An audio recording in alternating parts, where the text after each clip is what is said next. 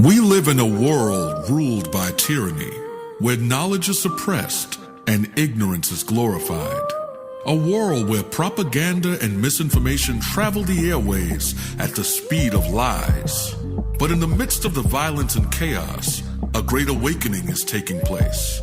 And as the media empires continue to collapse, a new network is forming. A network of truth, a network of courage, a network of awareness. Peace and greetings.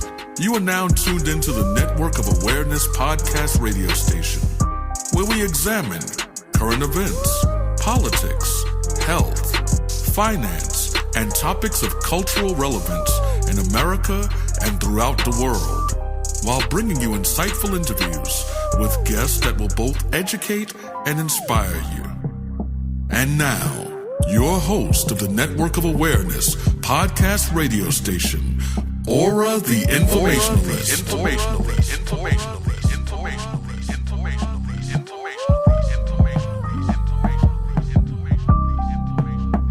Please just tell me what's happening to me in plain English without the mumbo jumbo. How you doing? How you doing?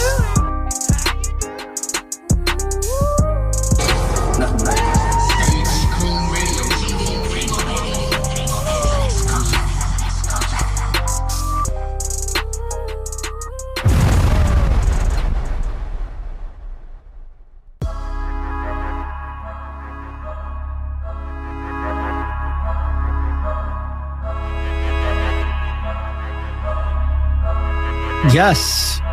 Peace and greetings, brothers and sisters, so all my network of awareness and peoples from around the world. Welcome to the Network of Awareness. I'm Aura the Informationalist, your host and founder of the Network of Awareness. And we got a great show lined up today.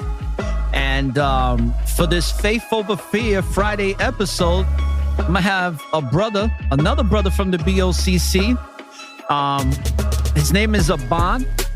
And he's a fellow New Yorker, so I always love having my fellow New Yorkers on the show.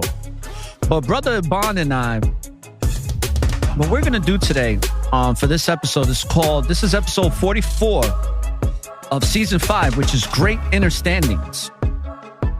And what we're going to do is get a great understanding and understanding so that we can understand this process of self-evaluation. And that's what today's episode is about. It's called the process of self-evaluation. So Brother Aban and I are going to go into scriptures to bring this out and what this process of self-evaluation is according to the word of the Most High. So without further ado, I'm going to bring Brother Aban on in just a moment. So let's get this episode started, shall we?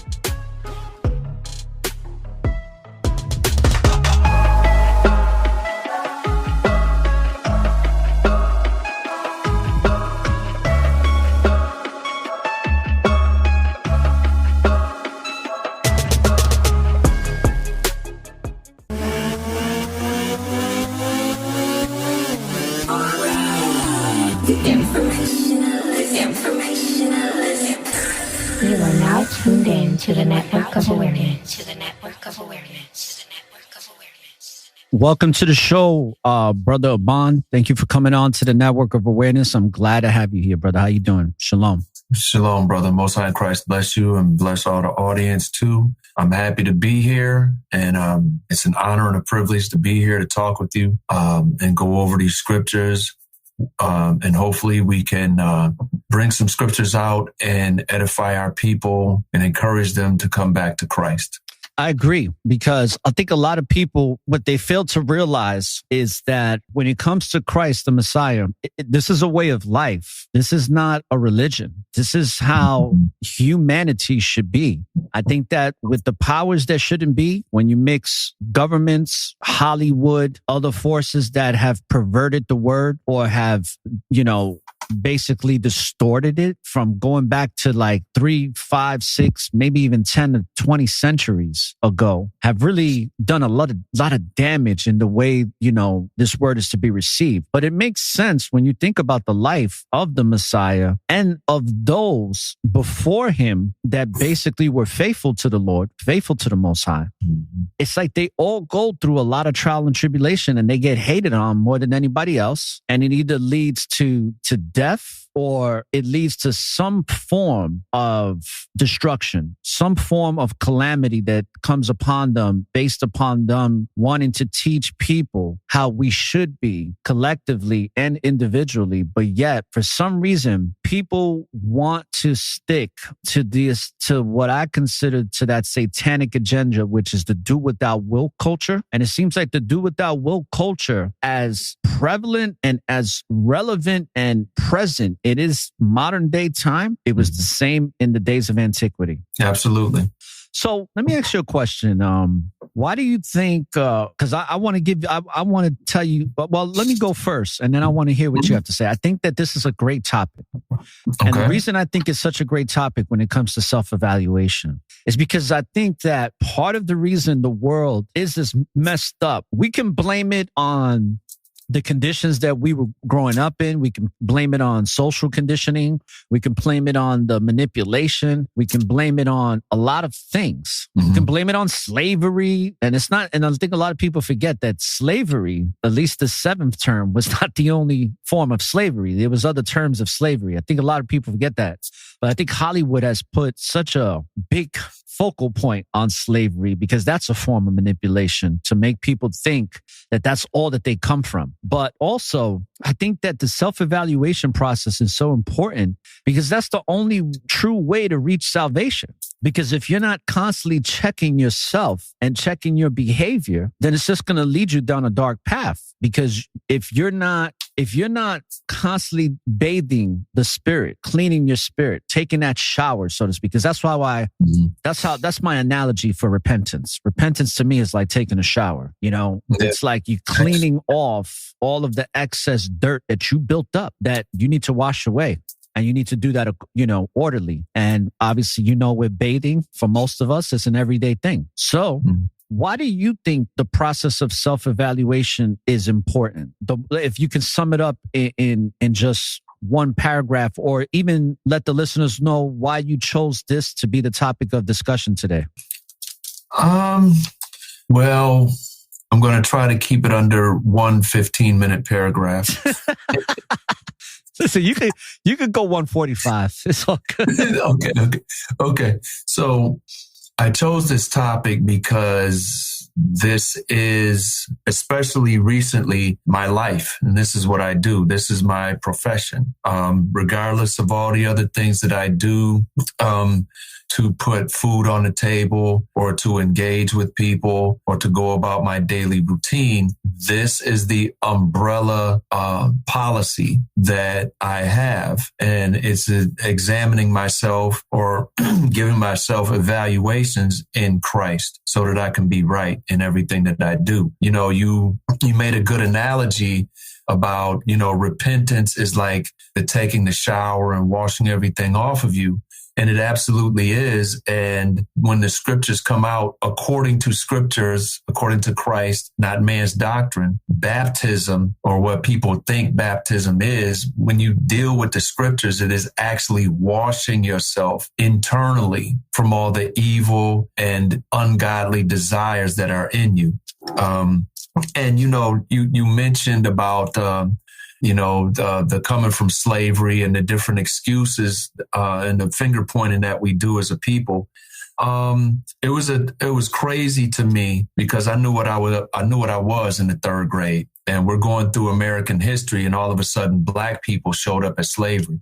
There was never anything before that, and it did put a defeatist or insufficient mentality on me.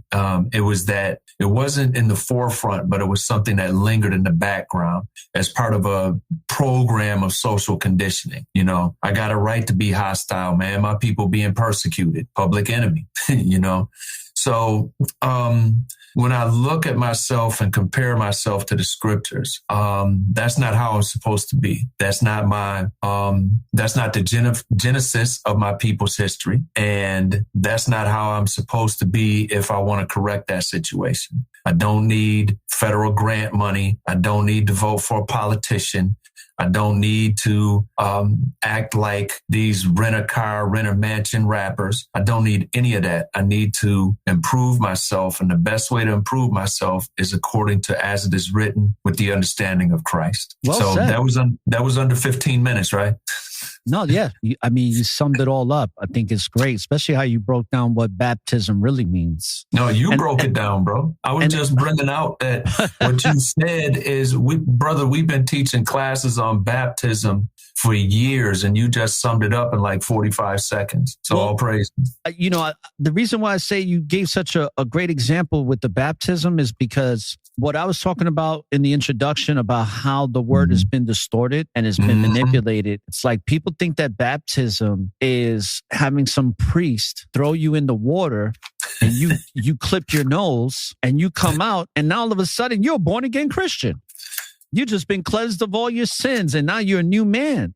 And what they don't realize is becoming a new man or woman is cleansing yourself from the inside. That's your responsibility. There's no other external person or force that is going to do that for you. Even the Most High is not going to do that for you because the Most High is letting you know what you need to do, but he's not going to do it for you, right? It's your personal responsibility. And this is where the distortion comes in. And I'm not going to go off on a different tangent because it's not going to be an episode about the do without will culture. But this is why the do without will culture is so destructive. Because when you feel like you could do whatever it is you want to do with no accountability because you just feel you should do it because it makes you feel good, that's what's leading these generations right now astray because you got to be held accountable for what you do, because this experience here is temporary. But with that being said, we're going to pull up some scriptures. And when it comes to this process of self-evaluation, where would you like to start? Well, 1 John 5:19. 1 John 5.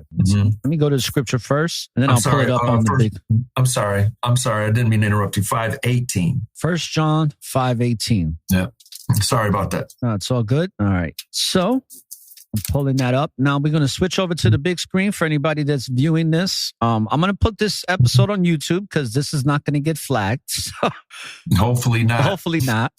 Hopefully not. So we're talking about self-evaluation. It shouldn't be that bad. So let's pull it up here. All right. So we got 1 John 5:18. And would you like for me to read it or are you going to read it?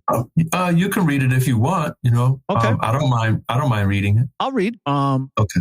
So it says, we know that whatsoever is born of God sinneth not, but he that is begotten of God keepeth himself, and that wicked one toucheth him not. Okay. So we know that whosoever is born of God sinneth not. And he that is begotten of God keepeth himself, and that wicked one toucheth him not. So there's things that we have to do. We have to check ourselves and hold ourselves back from doing certain things to not be touched by the wicked one. And, like when I first came into this understanding, it wasn't really this understanding when I first came into it, let's say that first. But when I came into this angry Black Hebrew Israelite doctrine, that's what it was. That's what it was. Isn't it still that today? In some street corners and locales, it still is. Yes, it is. It's an angry Black Hebrew Israelite verbal domestic terrorist doctrine. Okay, so we knew that you're not supposed to sin. So you're not supposed to break the Sabbath. You're not supposed to,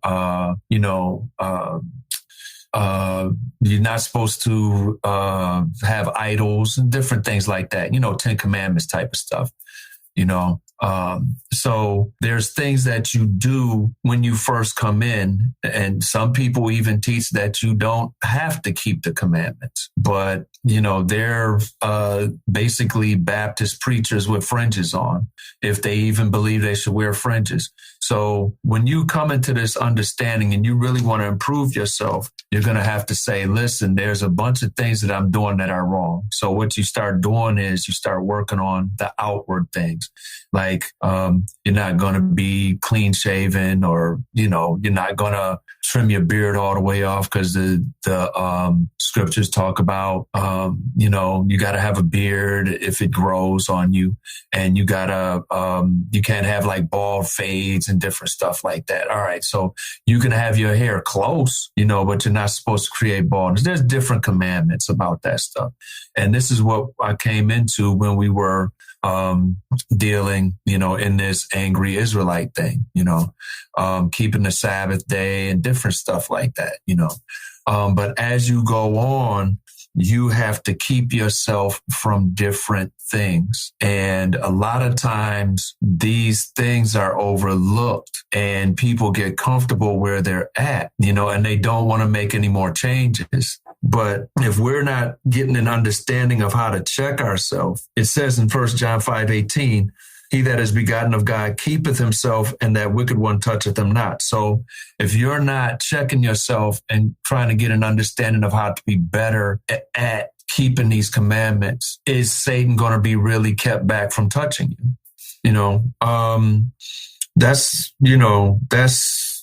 But a lot of times people, they concentrate on the outward appearance. I used to get called wicked because I had a bald fade. I used to I got a bald fade now, but it's natural. So that's a different one. A man, maybe I used to be clean shaven. So brothers was getting on me, judging me for that.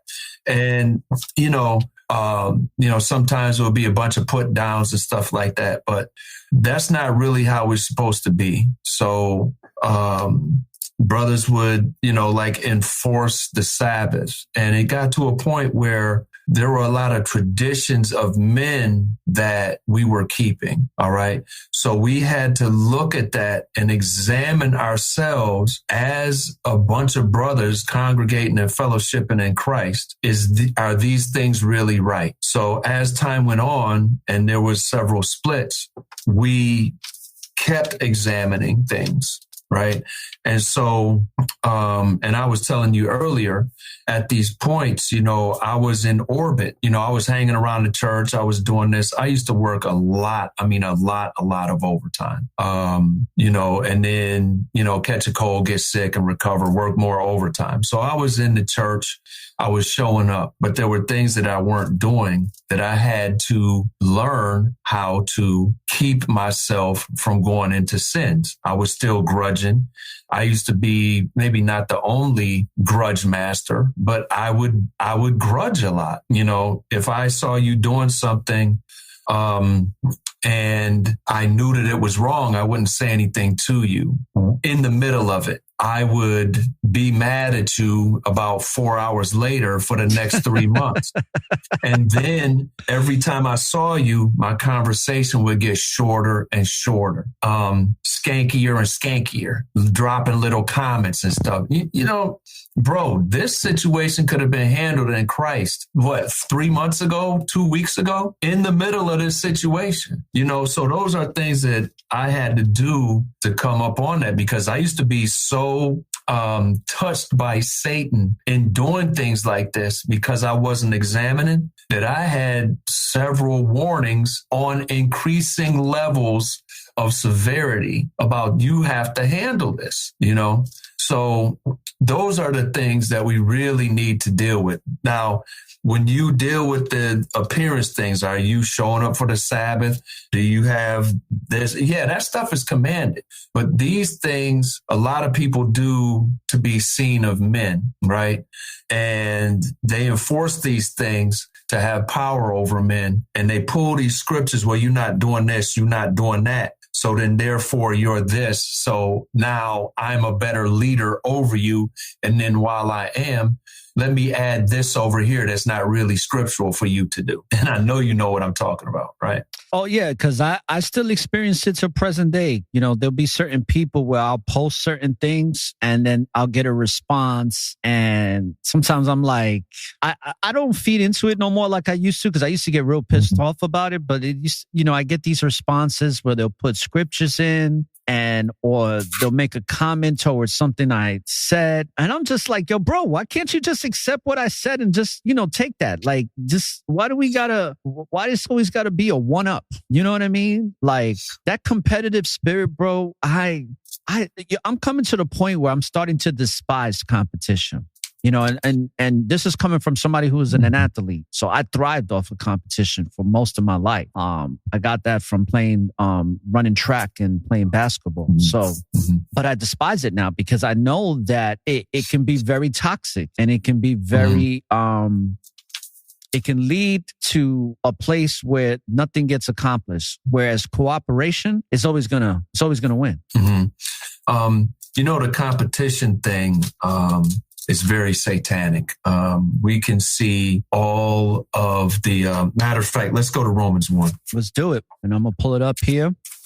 Let me get my, and we're going to go to Romans. Yeah, chapter 1 and pull up 28. And you see that the thing is when you watch the conspiracy theory documentaries about, you know, the cremation of care and, you know, all of these other things and this uplifted status mentality that the people that are in these things, even at the lower levels, they have this uplifted status mentality and they look at regular people like us and others as cattle. So when you're looking at when you are that competitive where you have to be the best, where you have an attitude where nobody can be as good as you, all right? How is that we are all brethren and members one of another? You're supposed to have the love, not the looking down on people, not the I'm better than and you know, this and that, and how you're superior over people.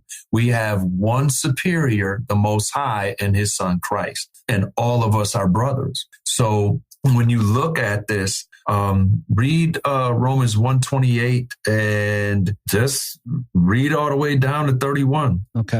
Let me switch my screen here. Okay. Romans 1:28 says, and even as they did not like to retain God in their knowledge, God gave them over to a reprobate mind to do those things which are not convenient, being filled. I'm sorry. Stop. I should have went verse by verse, but reprobate just means reject. Yes. So go on. It's a rejected mindset. So go on. Being filled with all unrighteousness, fornication, wickedness, covetousness, maliciousness, full of envy, murder, debate, deceit, malignity, whisperers, backbiters, haters of God, despiteful, proud, boasters, inventors of evil things, disobedient to parents, without understanding, covenant breakers, without natural affection, implacable, unmerciful. Okay, so these are all things that we can profess God and we can keep the Sabbath day and we can... Applicable. Sorry, my bad. That's all right. That wrong. We can give offerings and pay tithes or whatever it is that where your doctrine takes you. And we can be out at the camp yelling at people or on the YouTube or the internets or wherever and doing the outer things like the fringes and the keeping the Sabbath day and not having idols, not we don't have a cross on our neck or anything like that or on a necklace or something like that. But these are the things that are inward that a lot of us do. And I have some of these underlined in my Bible because these were things that I used to have to look at scriptures like this and beat myself over the head with the Bible until I got it right. Now, you look at 1 full of envy, proud, boasters, without natural affection, just to skip through. When you have people that think they're a superiority complex, or they think they're superior to you and they have to be the best of the best of the best, you're going against several of these things. What I just said, the envy, because you're going to envy those people that are above you until you get past their level, right? Proud, boasters, nobody can do it like me. Like, what did Dave Chappelle say when he did the Rick James thing? I'm the prettiest mother. I'm the baddest. Well, I'm glad you brought that up because, Dave Chappelle in an interview was saying that he was like the first comic when he came out the Dave Chappelle show to bring that type of satire comedy out. But the reality was Eddie Murphy did it. So when he was trying to make himself look like ain't nobody doing it like me and nobody did it, it's like, no, Eddie Murphy did it. He did it pretty well, too. And before Eddie Murphy, Richard Pryor did it. A lot of people forget that Richard Pryor had a lot of meaningful themes in his comedy. It was very thought-provoking. It wasn't all just dumb, make you laugh comedy. It was to make you think, too. Yeah. But when Chappelle was doing Rick James, remember how he said Rick James, it was Charlie Murphy that was recounting this. Yes. And how Rick James would always say, I'm the baddest. I'm the prettiest. I'm the most handsome. I'm the richest. I'm the best, because he thought he was the best, and he was a bad dude, but, a lot of the times, and, you hear other stories about him, about how he would get angry on a whim and just dismiss people, and stuff like that.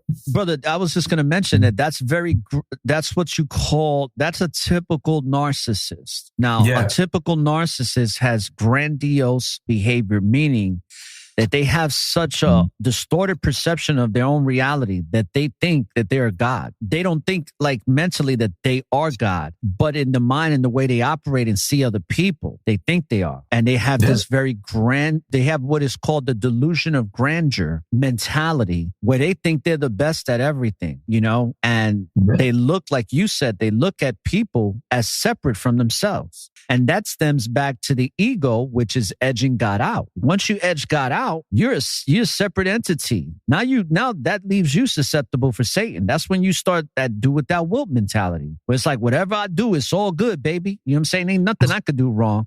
And you know what I think about that was like that? Muhammad Ali. Yeah, I'm the greatest. I'm the greatest. I'm the greatest. And present day, who's like that he's getting a lot of love all across social media. Is the biggest, most sought out man on the internet is Andrew Tate. Yeah. Same mentality.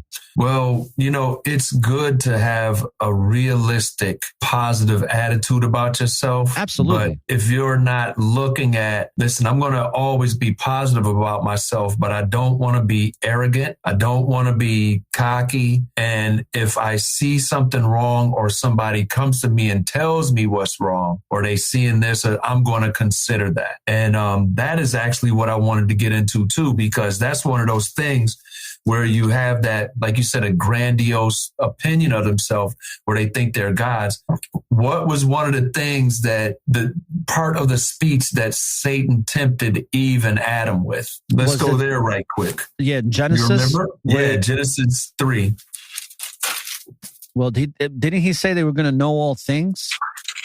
He said more than that. Let's go to Genesis 3, verse 5. All right. So in Genesis 3, verse 5, let's pull it up here. It says, for God doth know that in the day ye eat thereof, then your eyes shall be opened, and ye shall be as gods, knowing good and evil. So you're going to be your own God. You're going to be superior to everybody else. You're going to be the best of the best of the best of the best. And a lot of people go into that pride and that boasting and the envy and the things that are mentioned in Romans 1, the things that are mentioned in Romans 1, rather. The rest of those things, rather, come shortly afterward, So that's not a thing to be. But there are people that are professing obedience to Christ that have some of these things in them, you know. So there's one way, and it is a process that we can take upon ourselves, and it is a DIY, but there are other people involved. And I just wanted to get into that. So can we go to 2 Corinthians 13:5? All right. 2 Corinthians 13:5 says. It looks like Chronicles. You got to be Corinthians. Oh, sorry.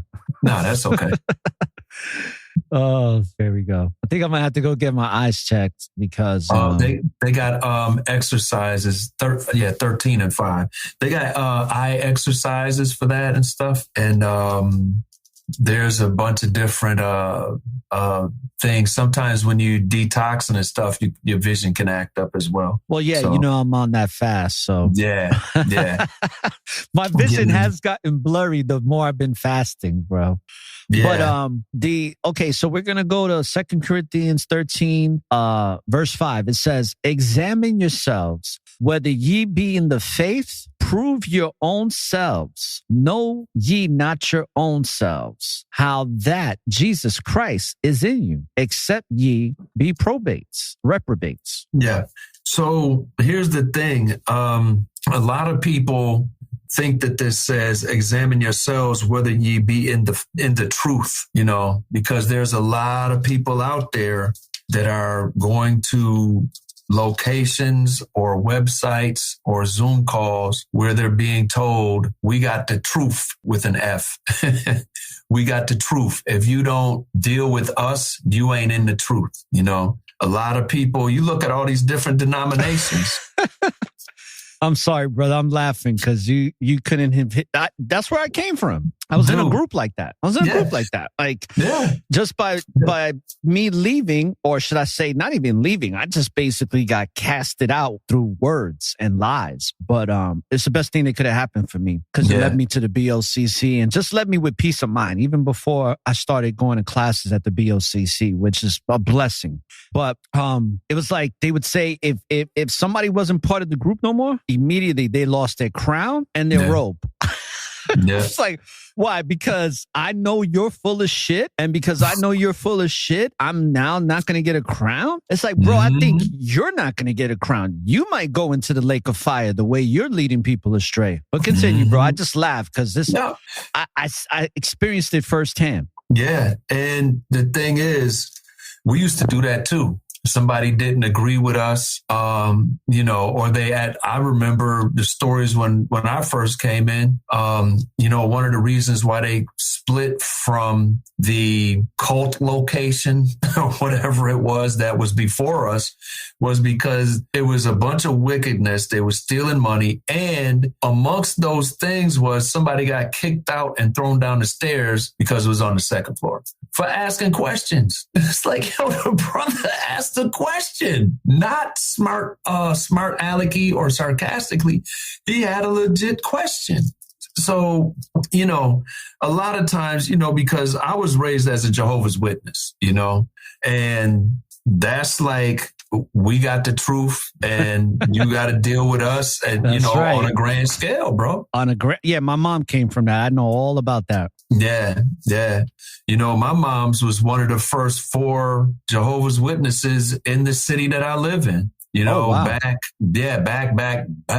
in the days, So, it's not examine yourselves whether ye be in the truth. It's whether ye be in the faith. And that faith is having that proper mindset. It starts, a lot of people think that the applying Christ and living according to Christ starts from the outside and then goes in. It actually starts from the inside and then goes out, because you have to put it in you and you have to believe that it is true. And that's going to make you follow it. And then when it talks about you have to examine yourself, that's going to make you look at yourself often in hindsight, because the Most High is making the Spirit tap you on the shoulder and is like, that you cut cut those people off. And, then because you was mad, you went around the corner and you saw somebody walking down the sidewalk next to a puddle and you gave them the mad splash or okey doke. And that stuff ain't right, right? So you have to look at that and compare that to what Christ would do if he was driving. Christ wouldn't be cutting nobody off. He'd be trying to get out of people's way if he was driving, He wouldn't do the mad splasher, or in this time of the year in the winter, he wouldn't do the mad slusher on people, The mad slusher. So don't ask me how I know. Okay. But, sometimes in hindsight, and sometimes he's going to have people come to you and say, look, dude, was that really right? Or the thing that you said, or when you said that scripture, or when you ask a question, and I want to get into that too. When you ask a question, here is what the scriptures say, not what I say, Yeah. So we have to examine ourselves, whether ye be in the faith. Prove your own selves. So, Paul talks elsewhere about proving all things. But this proving yourself is talking about, listen, you have to put forth those good works. You have to learn, apply, and display the fruits of the Spirit and put away the works of the flesh. Okay.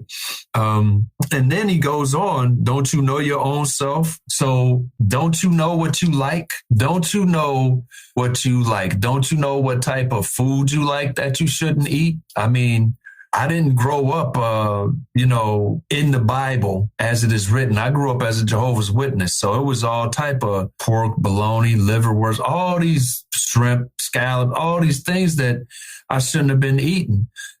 Don't you think I still like that stuff? I don't like it, but the idea of liking it still comes up in my mind. So I have to instantly examine that, determine that it's wrong, and dismiss it, So we have to know our own selves, how that Jesus Christ is in you, except ye be reprobates. So that choice is still there, whether we're going to follow Christ or be rejected. The choice was there in the Garden of Eden, where it was don't go into the knowledge of good and evil because you're going to die, or stick with the knowledge of good that I gave you. So it was life or death. Moses said it to the Israelites in Deuteronomy 13, choose ye this day life or death. I think starting somewhere around 15 or 13 or somewhere. We don't have to go to it. But then the same thing is here in the New Testament. It's always been this way, and that's what we have to do. So did you have anything on that, or did that make you think of something? There was something else I was going to mention that I was thinking of in regards to an experience I had with my father. When we were talking about how people are when it comes to pride, when it comes to that ego mentality, the do with that will, you always have people that, and I did this a lot. Especially when I was in my 20s, and in my 30s too, or at least my early 30s. And I veered off from being like this. And it was based on something my father said when I was about 29 or 8. And I remember I was telling my father, I was like, yeah, I got this record company. I think it was Atlantic Records at the time. There was a couple, but I was going to sign to a couple of record labels. And I was telling my father, like, yeah, I'm going to do this. I'm going to do that. I'm, be a big hip hop artist. And I want to start this networking agency and all this stuff. And, me and my father didn't have a relationship. So this was probably like the 4th time that I was around my father in my entire life. But my father always tends to say things to me. And I always thought my father to be a very simple man, which he is. But he's very wise. He just, I guess in my ego, I used to be like, oh, I'm so far advanced than my father. You know what I mean?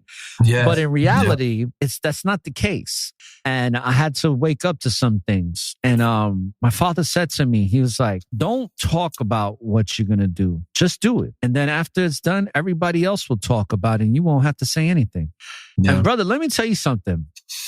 to this day, I still battle with that because sometimes I open my mouth and I'm like, I'm doing this. I got this coming up. You know, even on my show, I let people know what I got coming, you know, for the future. And sometimes I'm like, maybe I shouldn't tell anybody anything. I should just do it, you know, like whatever, just drop it on them, you know, like even with the song, sometimes I'll say, hey, we got a new song coming out. I'm like, maybe I should just drop the song and let it just, you know, let it rock. But I was thinking about that when you were breaking down the scriptures, because it changed my life and the way I see things and understand life. And even though, you know, I didn't have this relationship with my father, these moments that I had with him stick with me, because these are lessons that are true to the word, are true to life, you know? And it's important that pride and that competitive spirit, if you engage in it, you start coming off like you're cocky. You start coming off like you're arrogant.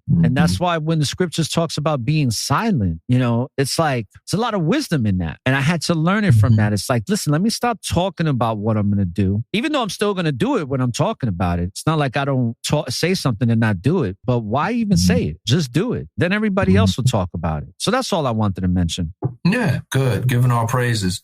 And the scriptures bear out, I think, 1 Samuel 2, the Lord is a God of actions. The Lord is a God of knowledge, and by him actions are weighed. And then James 4, it talks about how when you set about to do something, you say, Lord's will, and I'm going to do this or do that. But you're absolutely right. You should do it, you know, and a lot of people say they're going to do this or do that, and then they never do, because that's that procrastination or that fear, you know. And matter of fact, we're talking about faith, right? Examine yourselves whether ye be in the faith. Go to 1 John 4 and verse 18.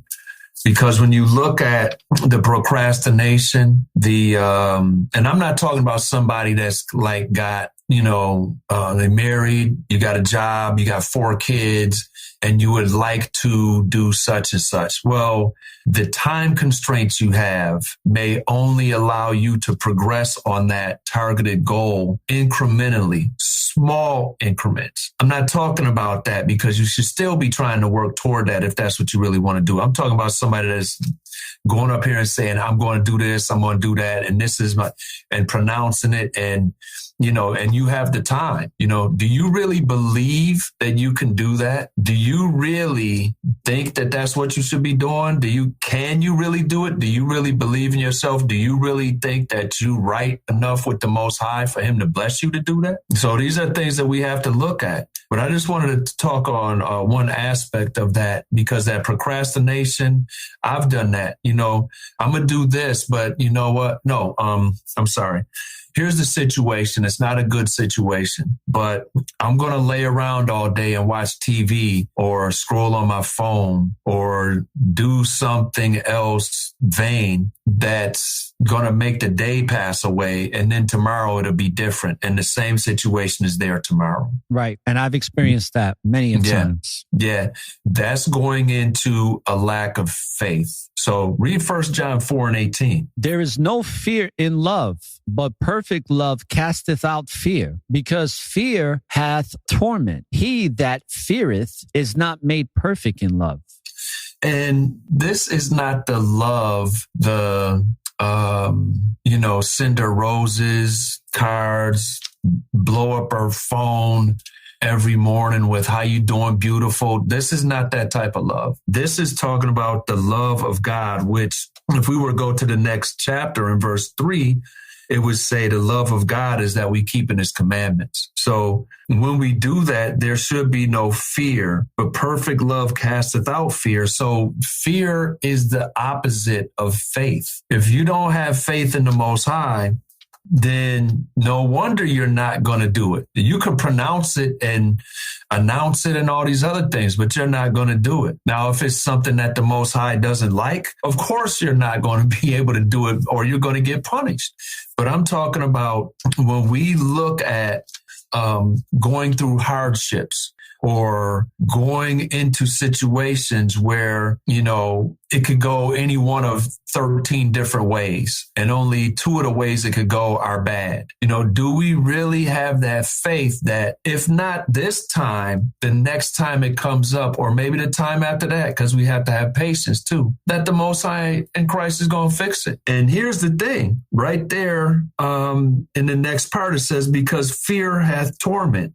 And a lot of times we'll go into that anxiety, the straight out woe is me, and different things like that when certain situations come up, because we're fearful. We don't have the right mindset. We don't have that faith, and a lot of times when, and we read in 1 John 5:18, where it talks about he that is begotten of God keep himself, checks himself. You got to be self-checked. So when these thoughts, these anxieties, these worries and stuff, now, again, if you're doing wrong according to Christ, you should be anxious and you should be worried. But if you dealing with what you're supposed to be dealing with and you obeying Christ, and you have these thoughts of anxiety or worry come up, you have to check yourself. Because if you don't, I'm going to read 1 John 5:18 right quick, the last part of it. But he that is begotten of God keepeth himself, and that wicked one toucheth him not. So that's that torment. You go too far into that evil thought, that's the opposite of faith, you're going to have that torment. It says in 1 John 4:18, because fear hath torment. He that feareth is not made perfect in love. So these are things that we have to deal with internally so that we can get more experience in temperance and the holding ourselves back from going into these faults, things that will hold us back from blessings. You giving your energy into worrying about something. Should you really be giving your energy to that? Or should you be giving your energy and your thought processes to something that's more profitable to you, like being grateful that the Most High in Christ still got you here? How about that part? Did we wake up this morning? Yep. So, that was one of the things. And actually, I forgot about it, but there was a scripture I wanted to go into before all of this. So maybe it'd be a good time if we went to that now. Okay. What scripture is that? Psalms 10. And verse 4. Actually, start at verse 3, bro.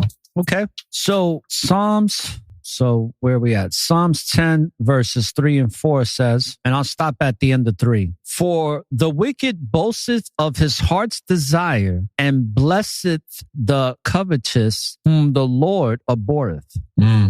So what was you talking about when you was saying about being competitive?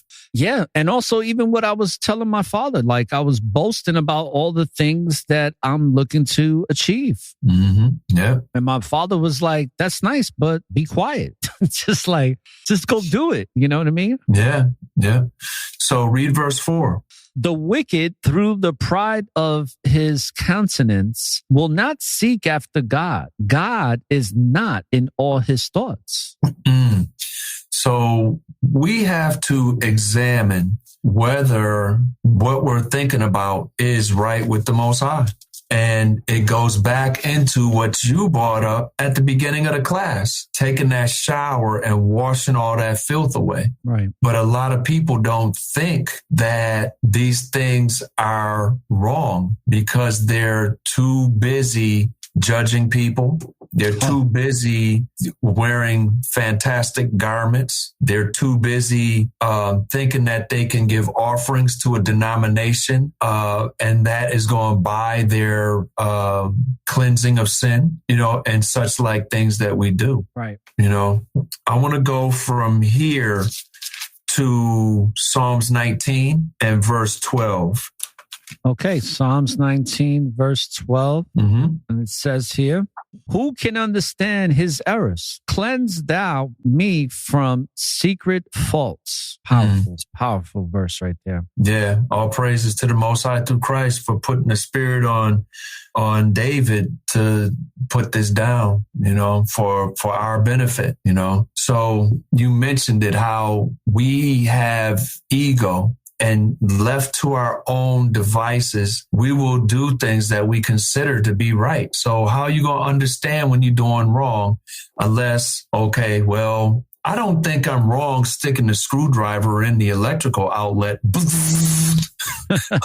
Okay. Yeah, you know what? That was wrong. Okay. So now I got to try to figure out how to make my hair lay down. And, my hand a little bit burnt. That's going to take a while to fix.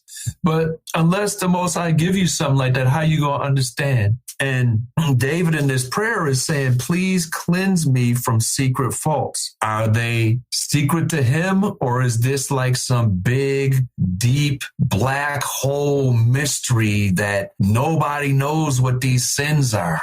No, it's stuff that we do. They're secret to us because they're habits. There's things that I've had to deal with that I got sad at a certain point in my life as a kid, or something happened, right? So I developed this habit.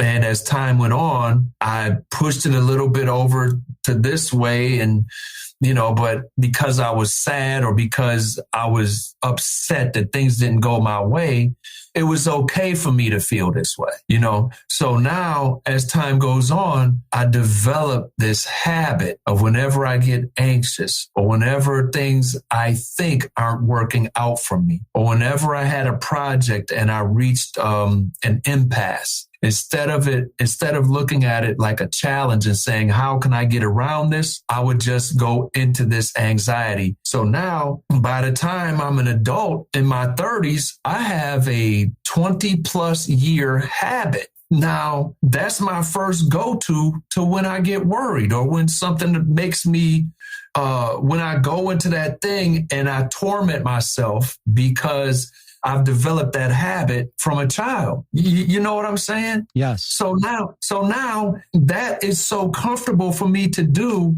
Maybe I start looking for stuff to worry about or be anxious about. Yes. I have a mother that's like that. Oh boy. Some people will search and scratch and scrape to find something to be angry about, to complain about, to be miserable about, to be anxious about, to worry about, to be sad about. Are these really faithful thoughts? But it's a secret fault to us because we don't really understand it. We're comfortable doing that. These are things that we get comfortable. And remember how the scripture said that if you don't have that right love of God and you go into these things, you can torment yourself by that. And all it is Satan taking a hammer and a chisel, trying to bang through the armor that Christ has set up, because we're supposed to put on the whole armor of God. Satan trying to work his way past that armor. That's all it is. But it's something that we may not understand, So let's go back to Psalms 10 right quick. Okay. And there's other places like we went to Romans 1. There's Mark 7, and there's Galatians 5, where there's different things they're listed that if we looked up the definitions of these things, it would give us an insight into some of the things that we think about or our thought processes are not right with the Most High. So we have to examine ourselves to look and compare them with what Christ did, compare them with the fruits of the Spirit to make sure that these things are right with the Most High. So that we know and we can talk with people about how to fight these things so we can be better servants of the Most High through Christ. So Psalms 10, let's go to verse 5.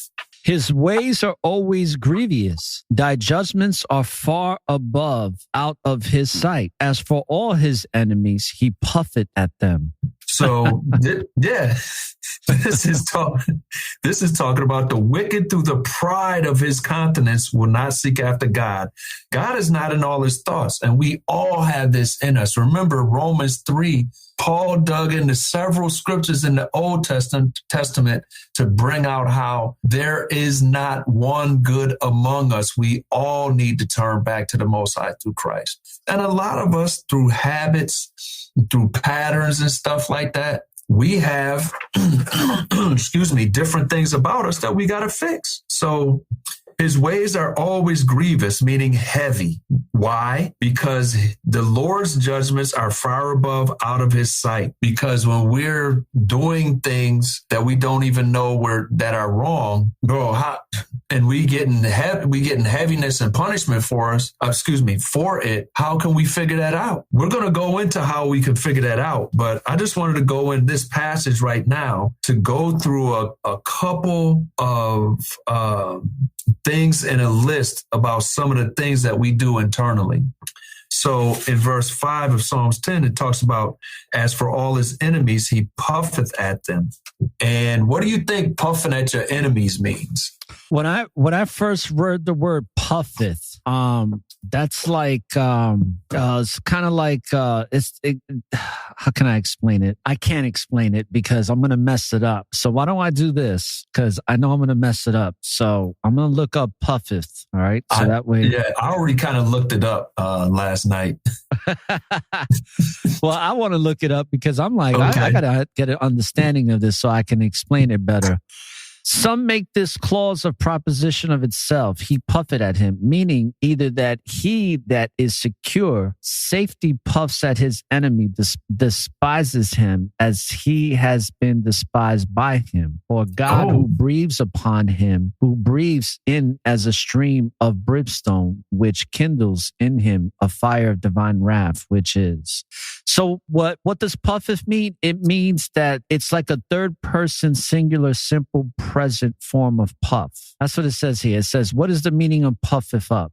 To please or satisfied about something that you have achieved. And that's what I was going to say. It's kind of like, and this is how I was going to explain it, but I didn't want to mess it up. It's like when somebody puffs their chest out and they're like, yeah, son. Yeah, I did that. Yeah. You know, I got this thing that I play and it's kind of doing that, but I do it for a specific reason, not to puff it out my chest. I do it to set the tone for certain music. So, it's something that I play. And I'm gonna play it just with a little bit of background. Let me play it with a little bit of thunder. Okay. But you're gonna laugh. This is from a show that's currently out. It's called Snowfall. So this is what it says. Let me play the thunder too, because I don't know if I'll get flagged for this by you know who. So let me play the thunder.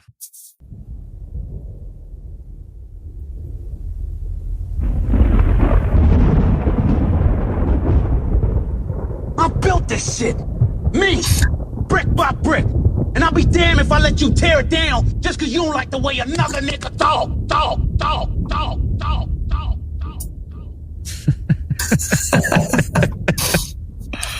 I built this. I did. Me. You know, like that thing about Tony Montana. Yeah. You know, he goes, you're never gonna see a bad guy like me again. Take a good look at the bad guy. You know? Yeah. I did this, I did that. I'm gonna take over the world. And it's that pride that leadeth to destruction, man. It really is. It really is. And we all done it. I know I've done it, you know, and a lot of times I didn't do it just, it was in my personality. I usually did it when somebody was trying to belittle me. When somebody was trying to talk down to me, and I'd be like, nigga, you know who you're talking to right now? Like that type of mentality. I'm like, yo, you know who you're talking to right now? Like, I'm not the one, or I did this, I did that. I done ran the streets, you know, when I was 15 and all that. And it's all that prideful boasting thing that you can get caught up in. And when you're engaged in like that with your fellow brothers and sisters, Satan is just like, he's like, ooh, what's going to happen next? You know, he got the popcorn out. out. Like, let's go. Like, he's just loving it. Yeah. Yep. And you know what? You said the thing like when you made an accomplishment, or when you was reading a definition, it was like something done in response. And, you just brought that out just now. And what I think about everything you just said is like when people are playing a basketball game, like even in pro basketball, you have somebody dunk on somebody, and then as soon as they dunk on them, they up in their face, pumping their chest, pounding their chest, all that. Yes. But what does that lead to? That in itself is an escalation, and it's going to lead to more and more escalation. So what it's doing is you're taunting and you're going in your pride, and you're taunting and belittling somebody, and that's going to escalate, which is to increase in volume, number, amount, or intensity the situation. Brother, you know what I call that? I call it the ego antagonizer. That's it. Let me write that down. We might have to do a class on the ego antagonizer, because you could do a whole class on that alone. Yeah. But now that's not something that's right. Having that attitude and that response is not right. So now what do we have to do? Examine ourselves and check ourselves, because that's not the spirit of Christ. That's not the spirit of Christ, because we've all know. Matter of fact, I was looking, where was it? I don't know if it was here or in Atlanta. There was some type of argument inside a hair salon, led to a heated discussion, which led to people getting shot. in a hair salon, dude? Come on, man. I know. Okay. So y'all went from spilling tea to gunshots because y'all escalated because nobody checked themselves. Sometimes that's what we do. Let's go back to Psalms, because like the dude said on that commercial, that infomercial. But wait, there's more. Okay, so read verse 5 again, and then read verse 6. Okay, so it says, his ways are always grievous. Thy judgments are far above out of his sight. As for all his enemies, he puffeth at them. He hath said in his heart, I shall not be moved, for I shall never be in adversity. Wow. That's the same thing Tony Montana was saying when it was going good for him, right? But all the while he was doing stuff that led to his demise, and that pride in his heart. I shall not be moved. I shall never be in adversity. He is his own God. He commands and controls everything around him. Everything flows to him. He is the highest authority in his environment. That's pride. And I looked up the definition. That's exaggerated self-esteem, also conceit, which is excessive appreciation of one's own worth or virtue. New age movement of prosperity, law of attraction. The do secret. What thou wilt. That's I it. manifest things. I do this. I got haters because they can't live the life I live. Listen, let me tell you something. I didn't think I had that many haters until I found out last year how many haters I have online, like that follow me. And they literally follow me because they hate me so much. Well, brother, as you turn to Christ, what you've done, and as you abound in that more and more, which 1 Thessalonians 4 goes into that, he gives us commandment to grow more and more in Christ and to hold ourselves in holiness and honor, set ourselves apart from the world. And we're going to have haters, but they're not hating you. They're hating the Most High. That's what like the first 7 or 8 verses in that chapter says. They're not hating. Christ even said it out of his mouth. They hated me. They're going to hate you. So it's to be expected, because this is the life that you decided to lead, bro. And that's just part of the you know what? It's this one brother, you know him. He always says it, if it ain't somebody hating on me or something, I start worrying about, am I doing right? Right. Because this is a hated way of life, Absolutely. So, and another thing I was going to say is that it took me a long time because I've been hated on since I was a kid. And the problem with me was, and even till present day, like even especially last year and the last couple of years when I first started Network of Awareness back in 2020, I'm like, how can somebody hate me that I've gone above and beyond for? Somebody that I've given counsel to, helped, been charitable on so many different levels, have been very selfless in my behavior towards these people, just constantly helping them, and they still hate me. They still will, they'll turn their back on me in a second, even faster, a millisecond, a fragment of a second. I used to be like, why is this like this? And I battled with that for years, to the point that I really had to learn it at the end of last year in 2022, where I was just like, you know what? I'm finally understanding. Why?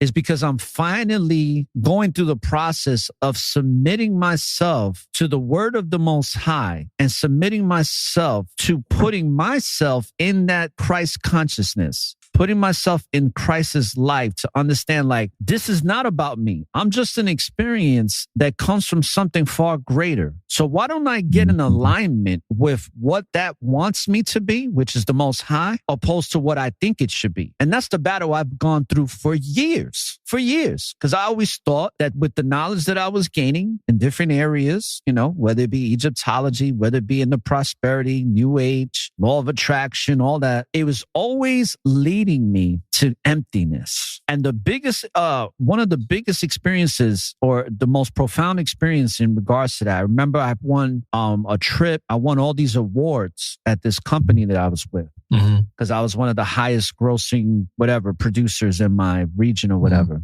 And I was really feeling myself for like a good 5 minutes when I achieved this milestone. Now, this is before you have to go on stage. This is like months before all that, because that's all set down the line. This is just me hitting the goal. It's been documented. It's like, you got it. You hit that number in sales or whatever. And my chest was puffing out, but not in front of anybody, really. Only person that was with me was my friend Billy Izzy. And I remember he was like, you really want to F yourself right now. He's like, you got that look like you want to F yourself. And I was like, yeah, man. And I felt it. But you know how long it lasted? Literally lasted, I'll say, for like a 5 to 15 minute period where it was a high of an adrenaline.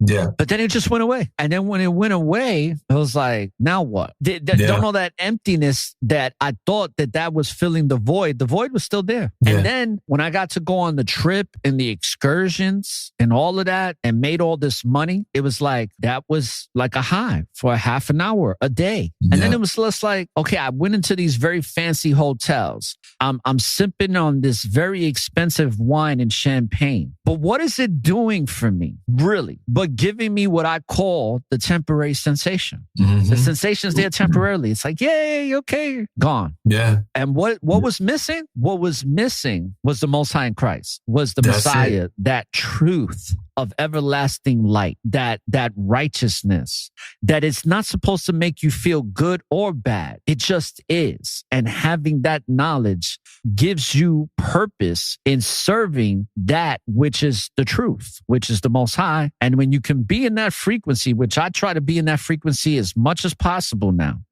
Do I fail sometimes? Absolutely. But my failures are more shorter than they're longer than they used to be. Yeah. And the mistakes are smaller too. But once I came to the understanding, I'm like, this is the only thing that's going to fill the void. Is the truth. Yeah. Is the Messiah. Like, this way of life is the only thing that's going to fill that void. And once I've come to that understanding, it's brought me so much peace of mind that it's still doing it to this day. There's still a lot of growth, because what I've learned is that I know nothing. I have very Me little too. knowledge about anything. Me too, bro. Me too. And it's a good point. Great point. All praises to the Most High through Christ that you brought out, because if you don't have Christ in your life, according to as it is written, it's like you're the guy in the Matrix, the first Matrix, when he gave up the meeting location so they could get Morpheus. Remember, he was at Cypher. the restaurant. Yep. He was at the restaurant with the agent, and he was like, I know this steak ain't real, but it's so good. Brother, that is a quote that I bring up in my presentations all the time. That's what I talk about, accepting the lie as the truth. If you go back to Isaiah 5 verse 20, which is one of my favorite verses in one of my favorite books, Isaiah, is that, that's where you accept the darkness for the light and the light for the darkness. Yeah. And that's what Cypher was doing. He was accepting the lie as the truth in that moment. It's like, I know that me giving up my friends is wrong, but I'm doing it because it's that self-fulfilling desire. It's that ego. It's that edging God out. He's like, I don't want to remember nothing. I don't want to remember this. Of course. What does that mean? I don't want accountability for what I'm doing right now. Yeah. I don't even want to remember to even have the idea of having remorse in what I did. I want you to wipe it out. And that's what a lot of people are doing present day right now amongst their families, friends, at work, everywhere they go. The lack of accountability, especially with people in my daughter's generation, because my daughter's going to be 21, it's on steroids. There's almost like accountability has probably been ripped out of the dictionary. Yeah. Well, definitely accountability. And also one of the words they just took out of the dictionary was sin. Really? Yeah. That doesn't surprise me. That doesn't surprise me at all. I just saw that the other day. I was like, it's like out of all the other stuff y'all rewriting and trying to change, not that there is no accountability, like you just said. And that was a great point. Great point. Let's go back to, where was it? Psalms 10 verse 6, and read 6 and 7 now. He has said in his heart, I shall not be moved, for I shall never be in adversity. Yeah. His so mouth, I'm sorry. No, go ahead. We just went over that. I'm sorry. His mouth is full of cursing and deceit and fraud. Oh, I know somebody like this. Oh, man. See, I battle with that spirit of anger because sometimes, that anger makes you want to check certain people and want to hurt them. But that's not the way. Yeah. So it says his mouth is full of cursing and deceit and fraud. Under his tongue is mischief and vanity. Oh, okay. Boy. So this is full. So cursing is, now we know that there's a scripture in Ecclesiasticus that talks about using appropriate words or words that cause offense. Right. And also in the same chapter, it talks about, making a vow or swearing to God and stuff like that. And Christ cleared that up when he said, listen, some people swear by the temple, they swear by God or whatever, but that's not right. What we should do is just let your yes be yes and your no be no. Just be a man of your word, So like when you say, hey, listen, you know what? Lord's will, I intend to do this. You go about trying to do it and you send up your prayers, and you become a man of your word.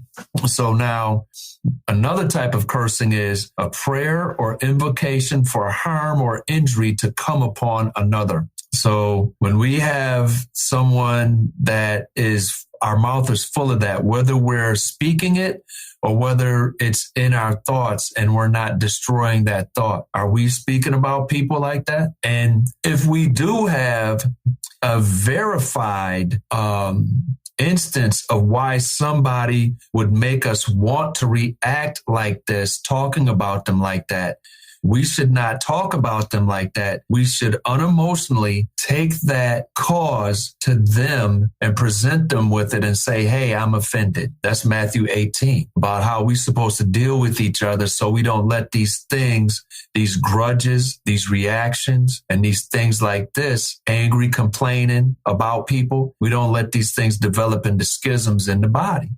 So these are things that we could be doing And they're secret to us because they're habitual. They're long-term, over many years or decades. They're thought patterns that we think are acceptable, but they aren't. Another thing is the deceit. Deceit is the act of causing someone to accept as true or valid what is actually false or invalid. Ooh.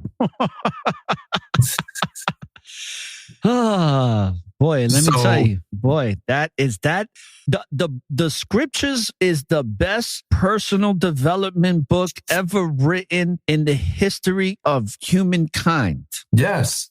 And it's to develop us. Yeah, it's to develop us into being just like Christ. I'm sorry. What were you saying, bro? No, that it's the best personal development book. Like, you got all these personal development books, Think and Grow Rich, all this, the science of getting rich.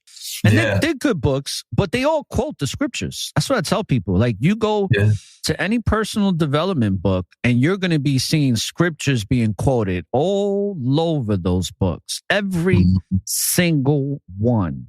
And when I look at it now, when I think about it, the scriptures is the best spiritual development book. It's helping you develop your spirit to walk in the righteousness that Christ did, to walk on what I call the righteous tightrope. Because walking on a tightrope is like walking the life of Christ. Yeah. It is a constant struggle to maintain balance and to not fall off of. And that's what all of us are doing right now. Every single person on this planet, especially those that are choosing to submit their will and decision making to walk in the life of Christ, to walk with that righteousness to where they're going to have to accept losses. And that's where pride, you have to get rid of that pride, because if you have too much pride, you can never accept a loss. But I always say sometimes when it's bad, when you're accepting that loss, it's not really bad, but it's because it's still all good. It's still serving the purpose. I don't think nobody took a greater loss than Christ. No. Because he could have lived a completely different lifestyle with the abilities and the gifts that he had, being the Son of the Most High and being with all that wisdom. I mean, he could have did a lot of things. As a matter of fact, he could have ruled the world if he would have went along with Satan, right? Yeah, I mean, he could have had everything. Bro, not just the world, every kingdom from there on till now. Everyone. Because remember, Satan showed him all the kingdoms of the world in a moment of time. So he could have been the elite of the elite in this society and the one before, going all the way back to that time, for 30, 32, 31, whatever AD until now. But he esteemed the kingdom of his father to be greater riches than that. And, that's stuff that we have to put away, bro. And this is another thing, brother, that I want to mention about this as we're talking about this, because, there's a lot of people that they consider the whole doctrine, especially when it comes to the New Testament and Christ's presence within it, as a fraud, as make-believe, as something that was a figment of men's imaginations that they put on paper. Mm-hmm. And my whole thing when it comes to that, now we all know that Caesar Borgia is the painting that Leonardo da Vinci made of what Christ looks like, which we know that's a lie. That's obvious. It's already been proven, especially when the scripture says that he had feet as bronze. It's like, there's no bronze in that picture. You know what I'm saying? But not at all. But the thing is this, and that's when I think about Titus, chapter 3, verse 9, where we can't get caught up in genealogies. We just have to stick to the law. Is that the truth and this is from me. This is my opinion. This is my perception. Okay. This is not a fact. This is just coming from me. The truth within the teachings in these scriptures. I can't even say this book, because these scriptures are more than just a book, but the teachings, the knowledge and the wisdom that comes from Christ and from the apostles and overall from the Most High, which is the narrator of all of this, even in the words of Christ, it's all coming from the Most High. The truth within it is irrefutable. You cannot deny it. So you could paint a bunch of different pictures and you could say, well, this actually happened, that. But forget about all that. Let's stick to the truth and how this truth matters presently in our present lives right now. Is this truth going to help us to become better human beings? In my opinion, absolutely. I know it has for me, especially when those emotions of anger and wickedness come over me to where I want to do something bad for the sake of think I'm doing it for a good reason, but it's only going to lead me to my destruction. This word has saved me from destruction. So how can you discount it? But the scriptures told us that they were. Like, it's nothing we could do about it. The world is unfair. And that's one thing I've come to know in my mid-40s. Took me 4 decades to figure it out, that the world is unfair. Stop trying to change the world, because that's not the purpose you're meant to serve. All you can do is make a difference by living as an example, just like Christ did. And if you can do that, you're going to have a better chance of reaching salvation than most, in my opinion. Yeah. You can't change the world, because this world has been prophesied in several places in the Bible to be the way it is presently. Right. You can only change yourself to make yourself prepared to be worthy to get into the next world that is coming. Facts. Change yourself. And that's what we're going over here is there are things in us that we have to get rid of, that we have to examine ourselves with. Now, there's a bunch of different things, that I wanted to go over. And, when I started thinking about this discussion, I really didn't have anything. And now I see I got too much. So I don't want to run out of I don't want to run out of time, bro. So, because, no, but brother, you can always come back. Like, this is not and I always tell brothers that come on my show, anybody that comes on my show, I always tell people, like, if you want to come back to the show, you're more than welcome. And I said this to Brother Gadaiwan, because I've invited him to come to the show, and he had made, it was all in jokes, but he was like, when I had invited, he's like, oh, so you're done with Aqua Rise, so now it's my turn. And I'm like, nah. I'm like, Aqua Rise contracted for 3 more episodes. But in actuality, it's an open door policy here. Okay. That's because my show is all about awareness. And awareness is really the truth of the Most High. It's really to be aware of who and what you are, opposed to what Satan wants you to believe that you are, which that's Satan right. wants you to believe that you are nothing, that your life doesn't matter, that no matter what you do or how you live your life, it's not going to matter. So do the most while you can while you're here, because you only got one life to live. Make the most money, get the most toys. But that's not the truth, but that's the type of world we live in. But as far as like coming onto the show, you can come onto the show 100 times if you want, Okay. Because this is all to serve a purpose of bringing about awareness. You know what? You know why I love doing this too? A lot of my listeners do read the word. A lot of my listeners come from other different religions, but they still like what I present here, because I don't always talk about scriptures, right? Yeah. But what I do talk about, and this is the purpose of what I serve as a messenger, I want people to understand the lie.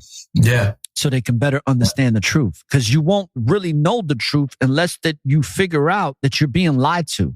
Because until you figure out you're being lied to, you're going to believe, like in Isaiah 5:20, you're going to still believe that the lie is the truth. You're going to still believe that darkness that you have been filling your spirit up with is actually light. And you think you're filling yourself up with light, but it's really darkness. And my whole thing is embrace that darkness, understand it for what it is, know it for what it is, so that you can understand what the truth is, the light is, which is Christ. Because unless you understand you're being lied to, you'll never know. So that's what I do. That's the purpose what this serves. But this is what I was alluding to, is that this show right here, along with the other shows from previous shows and seasons, even if it helps just one person, and that's what I always say, there's going to be one person that's listening to this, whether they listen to it today or 6 months from now. It's going to do something for them to bring them closer to the truth, to get the one step closer. And if I could get through this platform and with the people I bring on, or when I'm by myself, if the truth that's being conveyed on this platform can bring a person one step closer to that truth, I'm serving the purpose that I'm meant to serve in serving the Most High in Christ. And that, all praises. That to me is what I was talking about earlier about filling that void. See, when I'm doing this, I'm not empty at all. I don't leave from, like, right after we talk, I'm not going to leave from here being like, okay, that's it. What's next? No, I'm leaving here like, oh, this is with me. This ain't going nowhere. This is everlasting. That's right. That's right. I'm getting a little pumped up right now, so I'm going to calm down. No. All praises, bro. But, and we're going over things that are elements of darkness that we have from the world that we have to examine to see what they are and identify them and compare them to what the scriptures say and get rid of them. Right. And that's what we're doing. And, I like a lot of your shows because I didn't really know about you until just recently. But all the shows I've been listening to, whether like you have brothers on or not, you're always trying to expose everything for what it is so that you can help people come back to Christ. And, all praises to the Most High through Christ for that. And you got a platform and everything. And Lord's will, this platform stays up and stuff. I don't want to mention anything that'll get us flagged. I know on our church page, we've been getting our hands slapped. Well, we're already flagged here, so don't worry about saying anything. I've been flagged since March of 2021. Wow.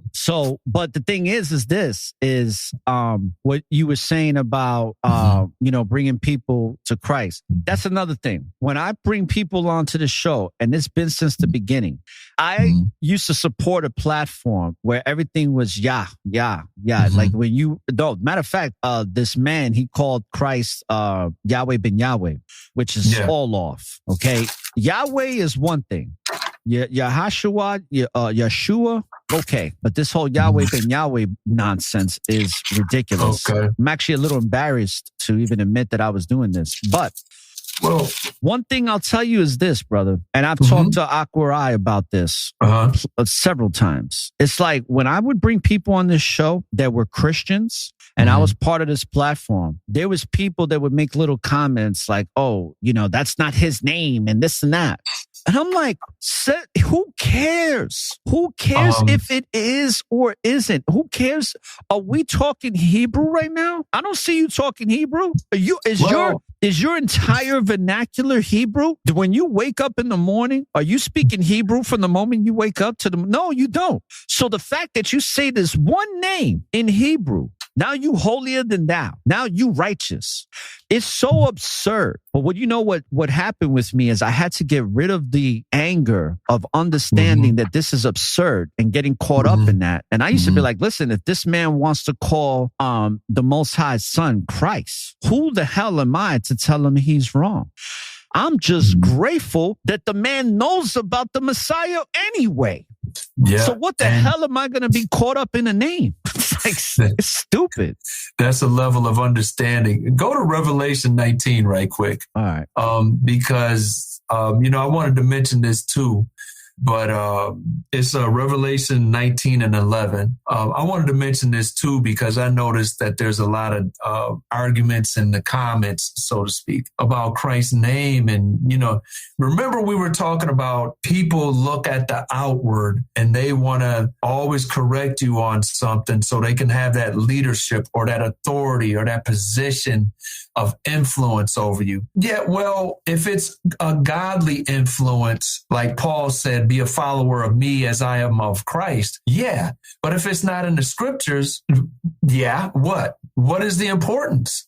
So we're going to go over a quick passage, and we don't need the beast, horn, spear, harlot to English breakdown book. We don't even sell one, but this is the simplicity that's in Christ. You don't even need to understand all of that stuff to understand what's required of us. We're going to count the names of Christ in this passage. start at Revelation 19, verse 11. And I saw heaven open, and behold, a white horse, and he that sat upon him was called Faithful and True, and in righteousness he doth judge and make war. Read on. His eyes were as flame of fire, and his head wore many crowns. And he had a name written that no man knew but he himself. We'll let that sink in, but keep reading. And he was clothed with a vesture dipped in blood, and his name is called the Word of God. Okay.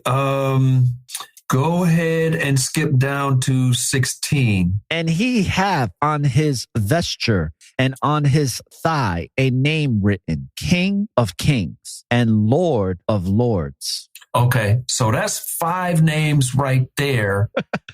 that specific names, right? Right. And one that no man knew but he himself. But also, if you look up into verse 12, and on his head were many crowns. So he was also king of this, king of that, king of this, king of that, king of this other, king of that over there, king of this, king of that. So what? Go to 2 Timothy 2:19. And this is going to bring out exactly what you were saying. It is vanity to go into these things. 2 Timothy 2:19. Nevertheless, the foundation of God standeth sure, having this seal, the Lord knoweth them that are his. And let everyone that nameth the name of Christ depart from iniquity. So whatever you calling them, I don't care if you calling them, what should you be doing? You should be living that life. Yes, You should be departing following from the iniquity commandments.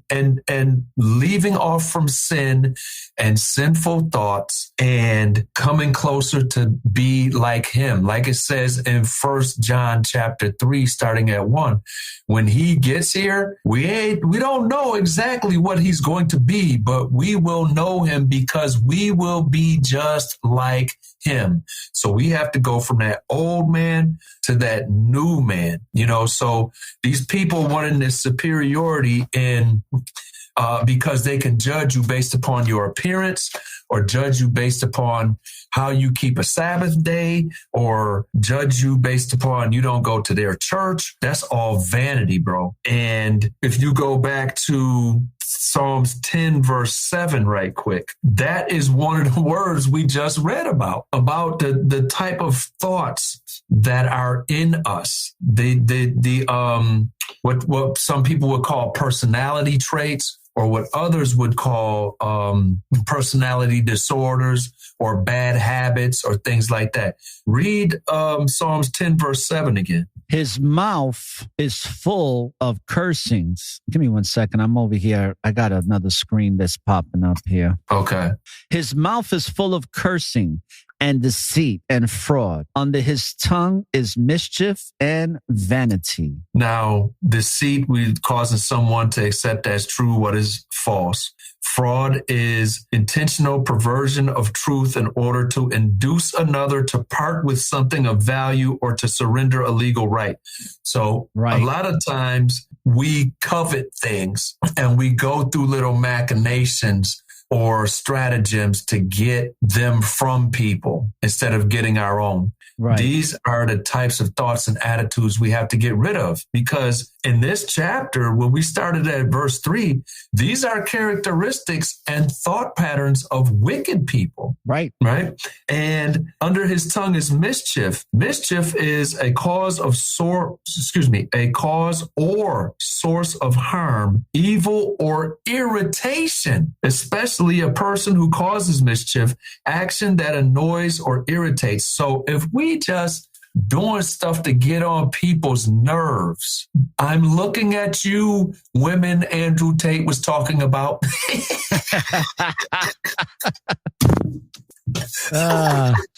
That's wicked. No, I was just joking. But dude, and then I'm also looking at so-called toxic masculinity, or I'll say it this way, a person that, well, I always got to keep my wife under me and I got to let her know who runs.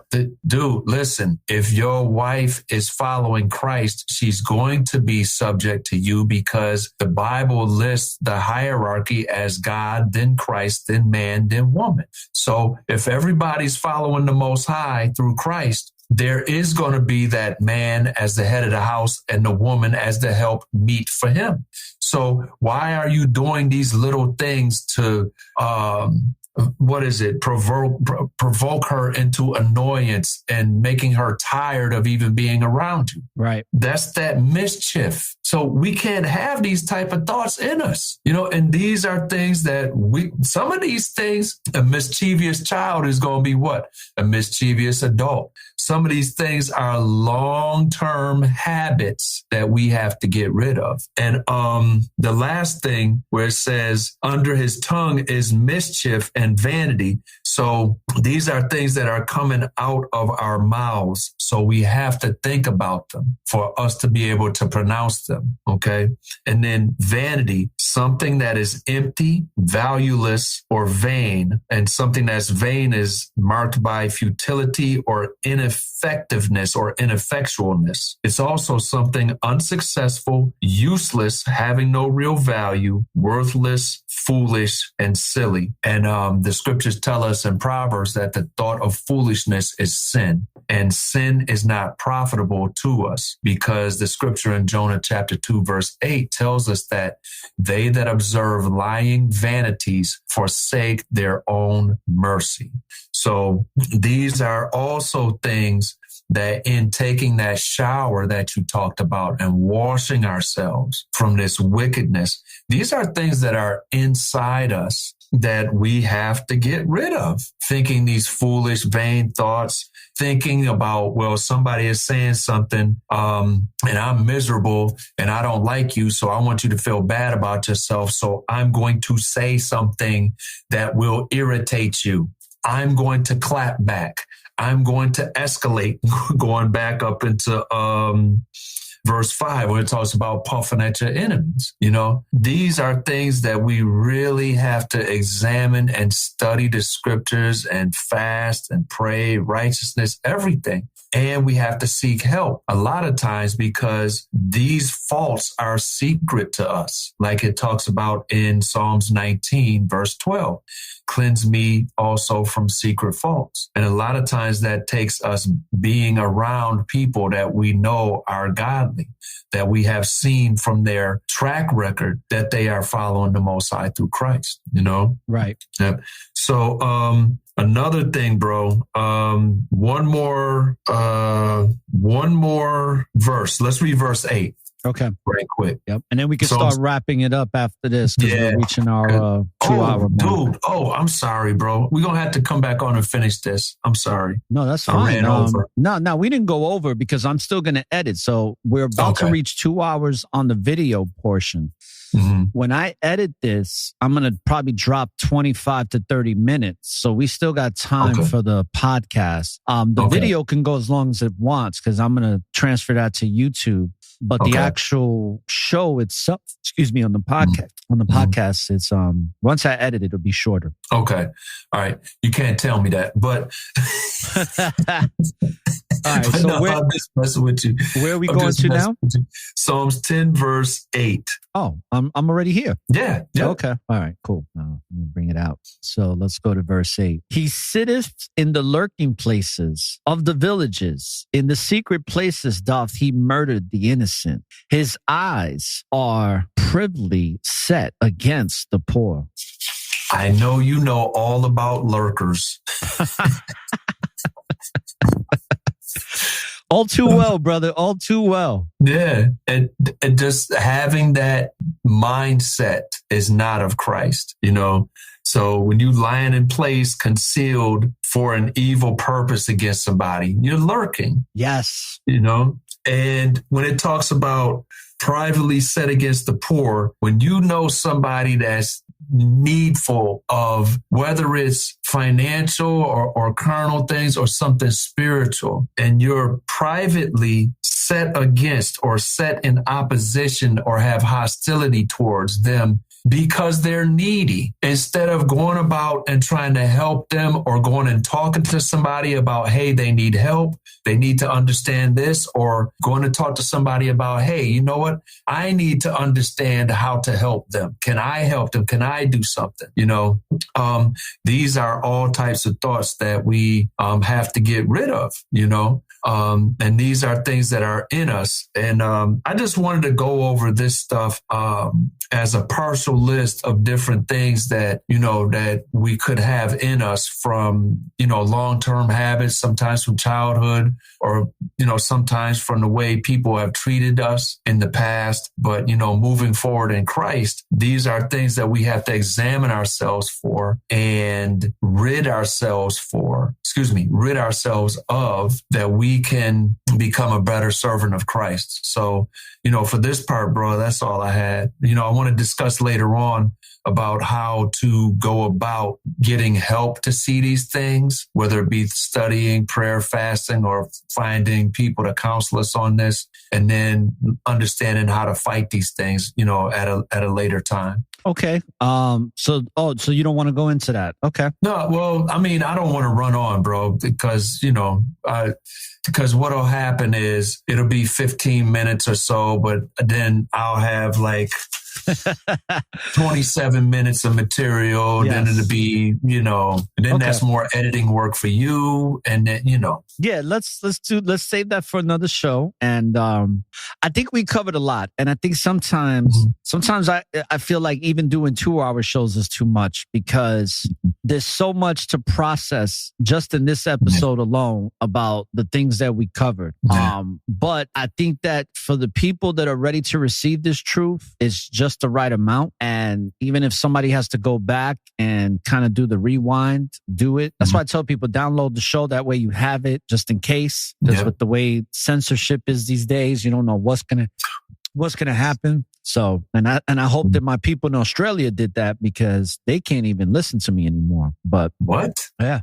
Oh man. Yeah, I got banned in Australia. It was crazy. It just happened overnight. It was like one day I was just getting downloads and then it just stopped. Sometimes I'll get one though. Somebody sneaks in somehow. But I don't know. Maybe you got to change your background to the Union Jack of Australia or something. No, I think what it is that because I talked about the that satanic serum that people put into their muscle tissue. I've talked about it in such great depth that the information I was giving was like giving somebody the word of the Most High to get them to salvation through Christ. And it was like, nah, we can't have that here. We can't have you telling people this truth. So I think that's what it was. Yeah. But with that being said, brother, any final comments on this episode 44 for Faith Over Fear Friday, which is the process of self-evaluation? No, I just want to give all praises to the Most High through Christ for giving us this technical difficulty-free time. And I just hope and pray that this word, as it comes out, edifies our people and encourages and exhorts them to repentance in Christ. I'd also like to thank the Most High in Christ for giving us the understanding, and giving you the platform and everything and allowing us to spread the word. So all praises. All praises, brother. Definitely. And let me stop that screen here. And it's been a pleasure having you on. I've had a lot of fun doing this episode / class, because people say, hey, or when's your next class? I'm like, these are episodes, they're shows. I didn't know they were classes, but I understand why people say that. And it was just you. And I was like, hey, wait a minute. Yeah. Because I'm listening to what you're talking about. And I was examining and looking at, how this is scriptural. How do I compare to this? Is there some things I need to look at? And so it is a class, brother. All praises.